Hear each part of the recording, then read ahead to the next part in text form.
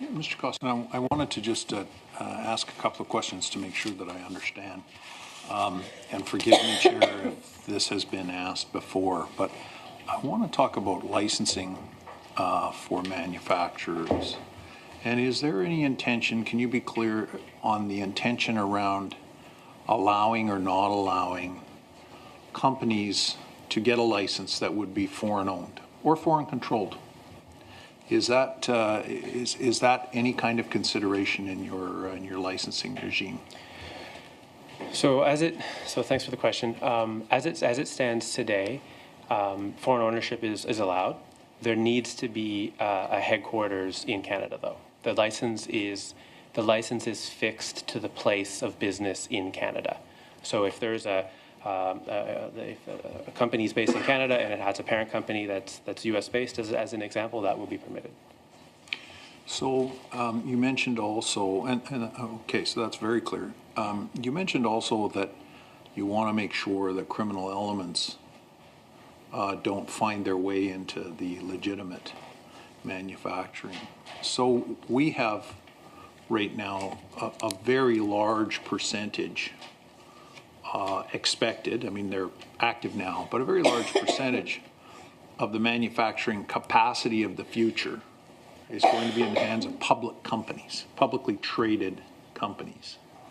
And we've seen it in the media that there have been some interesting corporations in tax havens and in places where anonymity is guaranteed that are already owning significant blocks of stock in these public companies. How are you going to manage all of that? Is there a strategy that you've got? If a 100% foreign-controlled company from Colombia decided to buy one of our manufacturers, I mean, this strikes me as an area where the saying that you're going to do it and the doing that you're going to do it is going to be difficult. So, again, thank you for the question. I think this is, in my remarks I made reference to the fact that, we've accumulated, I think, some fairly relevant experience in the space over the last number of years.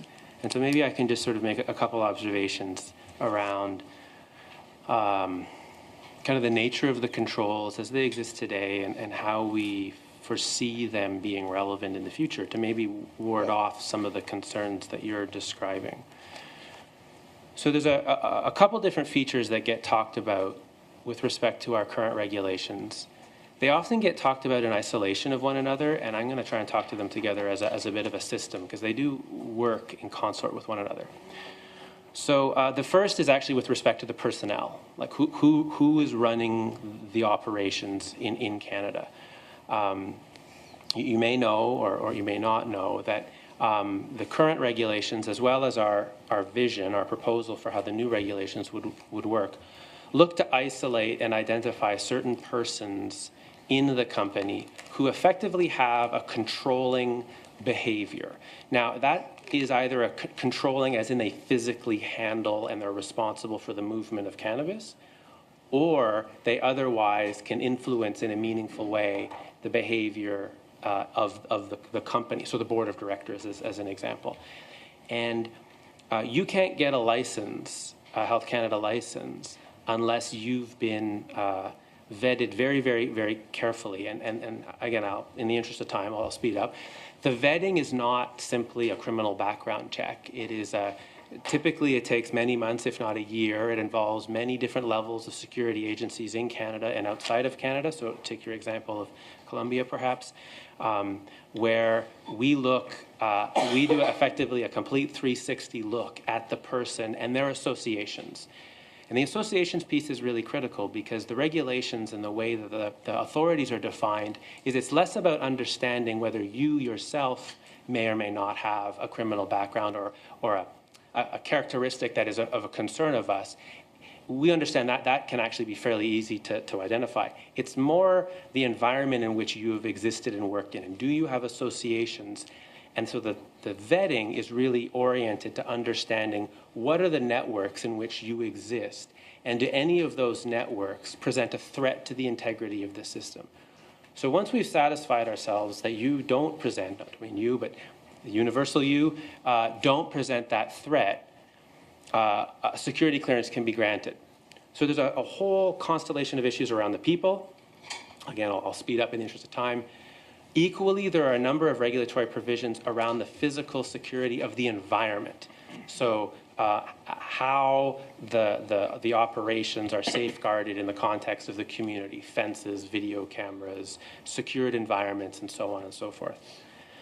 And the final dimension that helps to maybe answer at the how do we ensure that the operations are controlled adequately in Canada, it gets to reporting, right? So there's a significant responsibility on the part of a regulated company to provide us with very, very detailed information regarding their activities, production activities, how much quantity is held in inventory, how much is sold, how much is destroyed, such that we can track it to literally the last gram.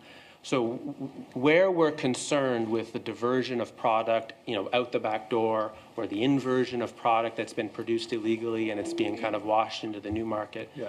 And then the last thing I'll say, because I think it actually gets maybe to the heart of your question about tax havens, is what we don't have today, which we hope to have in the future, is the ability to compel financial information, right, whereby we can look not only at everything that I've just described, right, where the money went, but financial activities, again with a view of identifying and red flagging anything that causes concern that we would take action upon as a regulator, or where we would want to involve the law enforcement community. So it's a bit of a long answer, but it's a really, really important question. Thank you.